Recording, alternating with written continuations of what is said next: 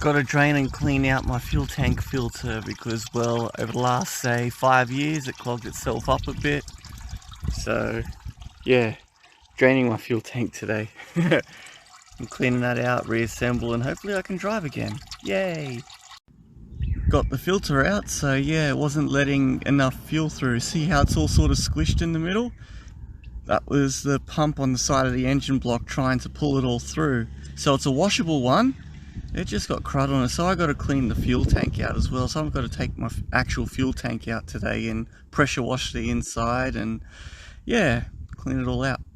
Okay, to clean off gunk and everything, yeah, actually oven free is about the best, and use this as my little booth outside with plenty of wind to blow away the fumes. And yeah, you blow inside there as well as all around the outside, let it sit for a bit and let it do its work, and then give it a rinse off with the hose. Alright, so to loosen the tank, you take that out from the inside of the car. That's the first aid kit.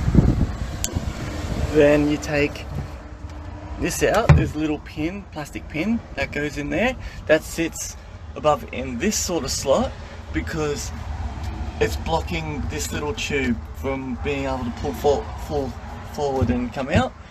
Get the bolts at the back, or sorry, the side, and there's a couple of little ones at the bottom, at the sides there, and maybe at the top as well. And then you can sort of pull it out and make sure you take the fuel cap off too, so you can pull it through. And no need to disconnect this line here for your vacuum pressure stuff. Okay, so yeah, then you can just pull it to the side and she'll come out like this, lift it out of the car, and then we start cleaning.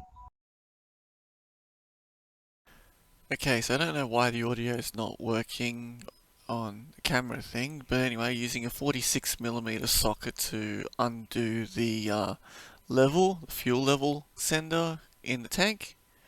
And yeah, you can see we got 46 on there and it undoes pretty nicely. Pull her out, and you also want to clean inside of this guy as well, and inside of the tank itself.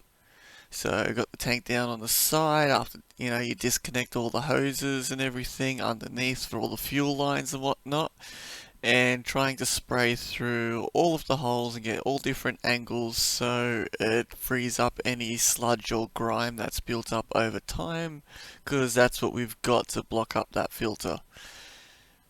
So yeah, through all the ports and everything, and yes, should be wearing gloves for all this. Alright, so back in the other side.